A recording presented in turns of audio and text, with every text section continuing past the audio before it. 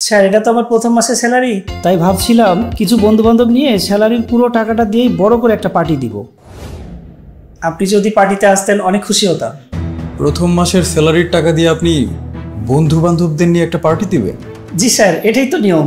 যেহেতু প্রথম স্যালারি, বন্ধু বান্ধবদের মাঝে একটা পার্টির আয়োজন না করলে মান সম্মান থাকবে না স্যার। কেন? আপনার কেন মনে হয় যে মান সম্মানটা থাকবে না?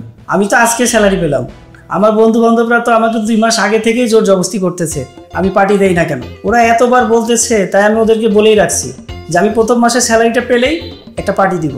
যদিও টাকাটা আপনার, কিন্তু তারপরও আমার মনে হয় যে প্রথম মাসের স্যালারির পুরো টাকাটাই একটা পার্টিতে খরচ করার কোনো মানে হয় না। স্যার বন্ধু বান্ধব বুঝেনি তো, ওদের আবদার একটু রাখতে হবে। না সেটা ঠিক আছে, যেহেতু আপনার বন্ধু বান্ধবী, তাদের জন্য তো একটা পার্টির আয়োজন করা যেতেই পারে। কিন্তু আপনার কথা শুনে মনে হচ্ছে আপনি আপনার স্যালারির পুরো টাকাটাই পার্টিতে খরচ করে ফেলবেন। আপনি যদি একটু আসতেন স্যার, খুব খুশি হতাম। আমি আসবো কি না? হ্যাঁ আমি আসবো, আপনি যেহেতু বলছেন, কিন্তু তার জন্য আপনাকে একটা কাজ করতে হবে। কি কাজ স্যার? অফিসের সব কাজ তো আমি করেই ফেলছি। না না, অফিসের কোনো কাজ না, একটা কাজ করেন, আপনি আপনার বন্ধুদেরকে ফোন করেন। বন্ধুদেরকে ফোন করব কেন স্যার? প্রয়োজন আছে আছে আছে আছে বলেই তো আমি বলছি। তো আপনার বন্ধু বান্ধব কয়জন? স্যার আমার সব মিলে বন্ধু 7-8 জন তো হবেই। বন্ধু বান্ধব 7-8 জন হবে কেন? হয় 7 জন হবে, নয়তো 8 জন হবে। 7-8 জন আছে মানে সেগুলো আপনার ভালো বন্ধু না। আপনার ভালো বন্ধু কতজন আছে? স্যার ভালো বন্ধু 3 জন, 2 জন বন্ধু 1 জন বান্ধবী। আচ্ছা, তাহলে আপনার 2 জন বন্ধু আর 1 জন ভালো বান্ধবী রয়েছে। ঠিক আছে, আপনি শুধু এই 3 জনকেই ফোন করবেন, আর কাউকে ফোন করতে হবে না। কিন্তু স্যার কি জন্য ফোন করব সেটাই তো বুঝতেছি না।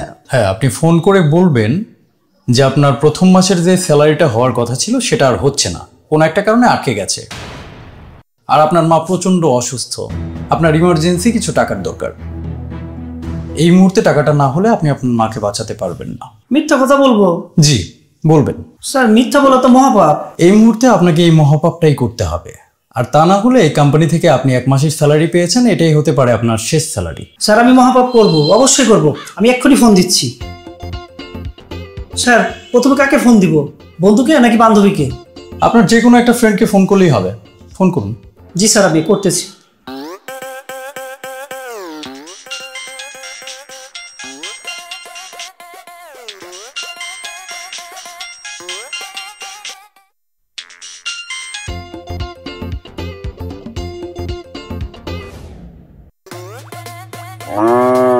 হ্যালো হ্যালো দোস্ত, কেমন আছিস?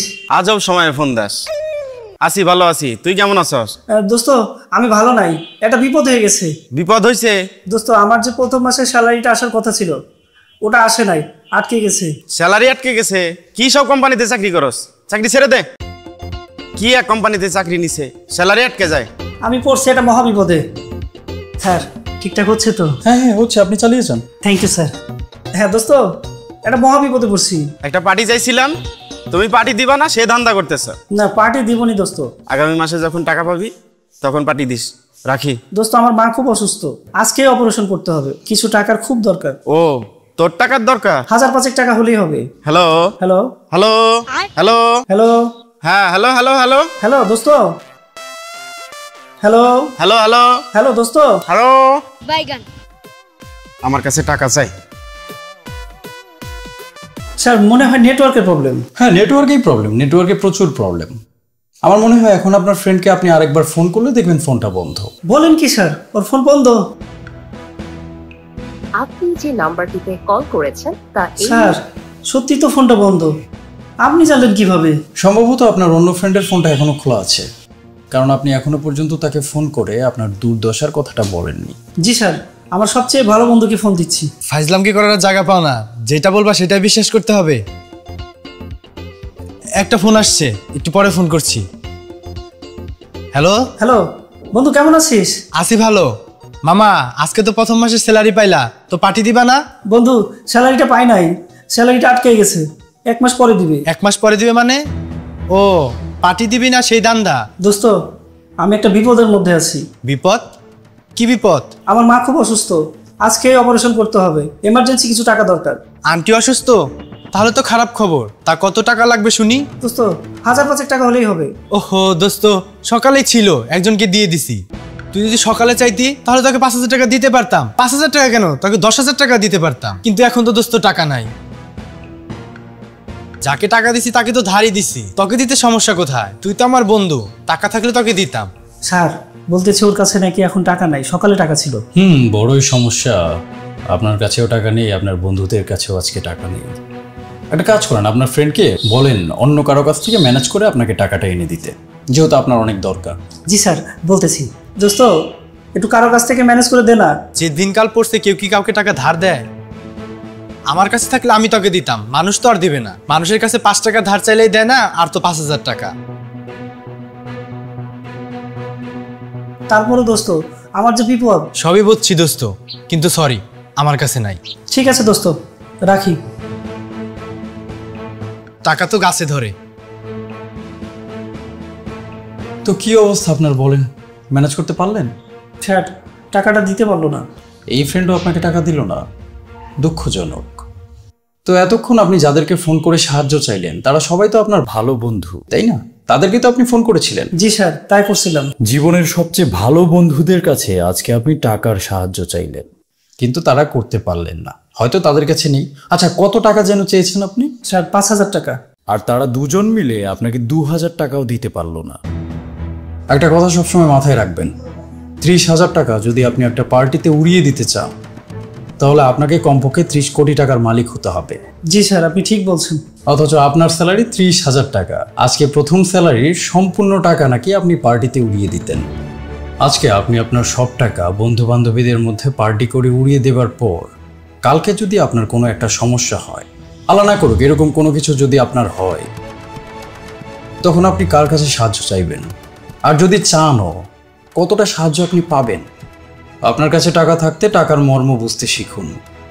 একটা কথা সবসময় মনে রাখবেন, যে টাকাকে মূল্যায়ন করে না টাকাও কোনোদিন তাকে মূল্যায়ন করে না। জীবনে সুখী হতে গেলে টাকার পেছনে সবসময় ছোটা যাবে না, এটা যেমন সত্য, তেমনি টাকাকে মূল্যায়ন না করলে টাকা আপনার কাছে থাকবে না, এটাও চরম বাস্তব। যদি আপনি টাকাকে অবহেলা করেন তাহলে আপনার চারপাশের প্রত্যেকটা মানুষ আপনাকে অবহেলা করবে, সে যেই হোক না কেন, যত আপনই হোক না কেন। চাকরি জীবনে প্রবেশ করেছেন, টাকার ম্যানেজমেন্ট করতে শেখেন, প্রয়োজন বুঝে সেটাকে খরচ করতে শেখেন। হ্যাঁ, বন্ধু বান্ধবের জন্য যে করবেন না এমনটা কিন্তু না, তাদের জন্য করবেন, কিন্তু সেটার একটা সীমারেখা রয়েছে, সেটার ভেতরে থেকেই তাদের জন্য করতে হবে। 1 মাসের স্যালারি পুরোটাই তাদের পেছনে উড়িয়ে দেবেন, এটা কোন ধরনের কথা? আচ্ছা যাই হোক, টাকা আপনার, ডিসিশনও আপনার। আপনি একটা কাজ করুন, আপনি শেষ আরেকটা নাম্বারে একটু ফোন করুন। স্যার কাকে ফোন করব? আপনি এখন আপনার মাকে একটা ফোন করবেন। আম্মাকে ফোন করব? হ্যাঁ, আপনার মাকে একটা ফোন করেন। আমার সাথে একটু আগে কথা হয়েছে স্যার, সে ভালো আছে। হ্যাঁ বুঝলাম তো, সে ভালো আছেন, কিন্তু তাকে আপনি ফোন করে বলেন যে আপনি ভালো নাই। আমি ভালো নাই? না, আপনি ভালো নাই। স্যার আমি তো ভালো আছি। তবুও আপনি বলবেন যে আপনি ভালো নাই। না বললে ওই যে এই কোম্পানির প্রথম স্যালারি আপনার শেষ স্যালারি হবে। স্যার আমি তো ভালো নাই, আমি ফোন দিতেছি। স্যার ফোন দিয়ে কি বলবো সেটা তো বললেন না। কি বলবেন? আপনি বলেন যে মা, আমি একটা জায়গায় আটকা পড়ে গেছি, আমার ইমার্জেন্সি কিছু টাকার দরকার, নইলে ওরা আমার বেশ ক্ষতি করবে। ওরা কারা বলার দরকার নেই, শুধু বলুন এই কথা। স্যার এত বড় মিথ্যা কথা বলবো? বলেন বলেন, চাকরিটা আপনার দরকার না? জি স্যার বলতেছি। হ্যালো মা, আমি একটা বিপদে পড়ছি, আমার ইমার্জেন্সি কিছু টাকা দরকার, না হলে ওরা আমার ক্ষতি করবে। স্যার আম্মা জিজ্ঞেস করতেছে কয় টাকা লাগবে। বলেন 1 লক্ষ টাকা লাগবে। 1 লক্ষ টাকা? আমার কাছে এত টাকা নাই তো স্যার, সে কোথা থেকে দিবে? কোত্থেকে দিবে সেটা আপনি নাইবা চিন্তা করলেন, আমি আপনাকে বলতে বলেছি, আপনি বলেন। জি স্যার বলতেছি। আম্মা আমার 1 লক্ষ টাকা লাগবে, নাহলে ওরা আমাকে বাঁচতে দিবে না।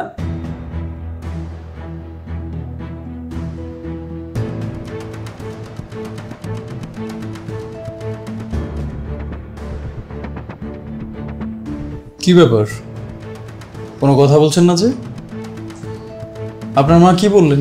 স্যার আম্মা বলল তার যত গয়না আছে বিক্রি করে আজকের মধ্যেই টাকা দিবে। বলেন কি, আপনার মায়ের সব গহনা বিক্রি করে আপনাকে টাকা দিয়ে যাবে? জি স্যার আম্মা তো তাই বলল।